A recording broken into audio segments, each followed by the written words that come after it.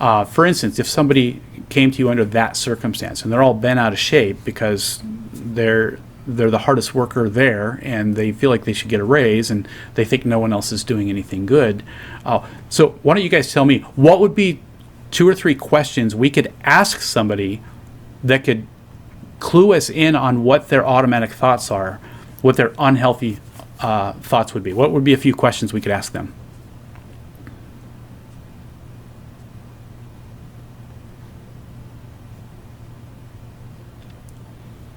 Give me so the first question I think would come if I'm asking about the wage increase would be, give me an example of the things that you've done above and beyond the job that makes you feel like you deserve the wage increase. That's a great question. That's an awesome question, because you're not assuming that it's not true. You're just looking for clarification. So you're not slamming them on their thoughts.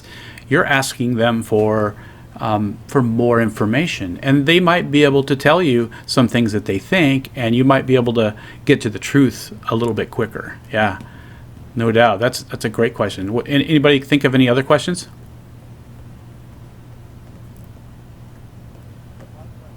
Well, I'd probably say to them not to compare themselves to somebody else, that everybody's performance is a little bit individual, and that we're working, on you yourself, and to improve what you need to do, and not compare to yourself to like other people. Right. You want to put blinders on them so they're focused on them and not other people. They're not comparing themselves. How would you turn that into a question?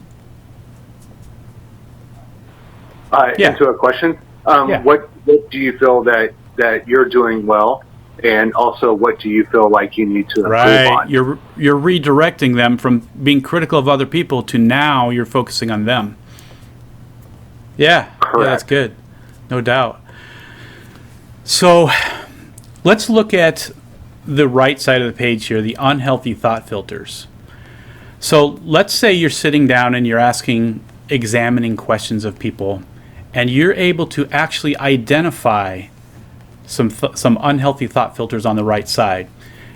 As you've got this sheet in front of you and you are actually, you've got it printed out and you're actually using it, talking through it, you can identify some things on the right. Like, for instance, what would the unhealthy thought filter be for somebody that feels entitled and thinks that they deserve a raise because they're so superior to everybody else?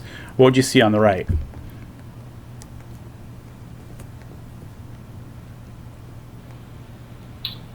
The entitled, that they're entitled and that they're blameless. Yep. Victim, it would also be a victim. I'm not getting paid enough. Somebody's not paying me. I'm being taken advantage of. And that, of course, all of that is a form of manipulation. So those would be the 3 I would focus on: the entitlement, the victim, and the manipulation. And that's a place to start. Now, over on the right or on the left side now, what would be some healthy thought filters that you might use to replace the unhealthy thought filters?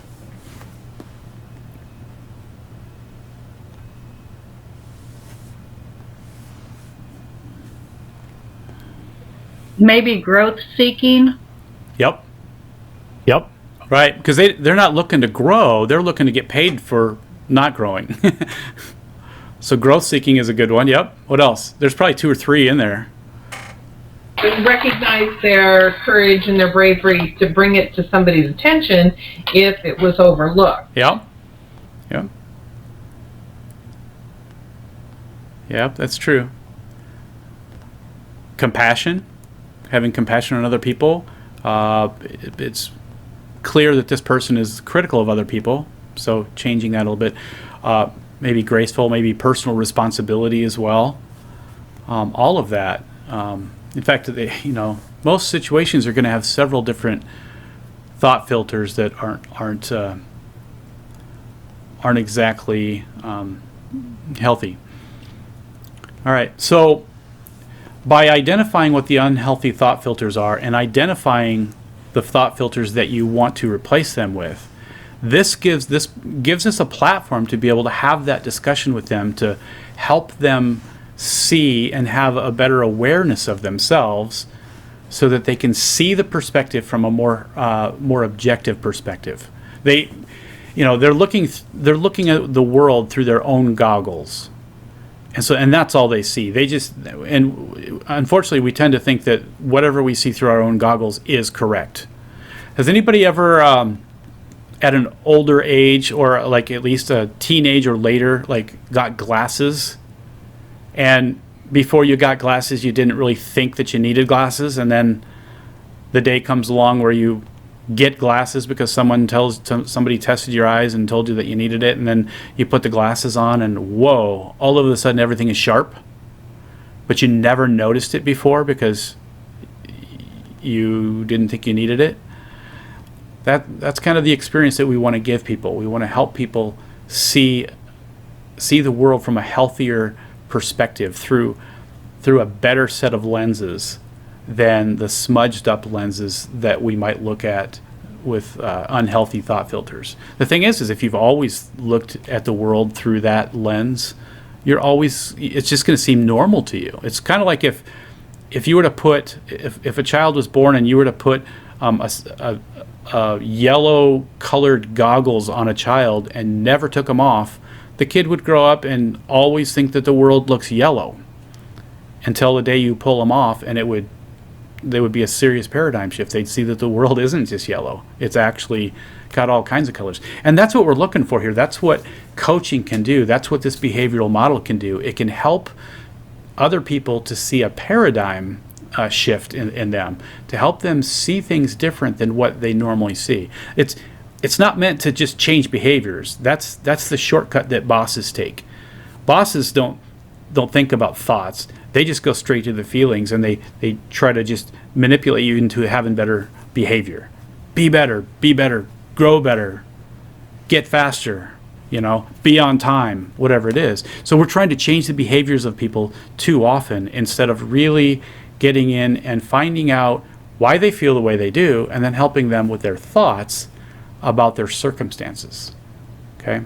Does that make sense? Anybody have any thoughts? Well, I think I'm definitely going to print it.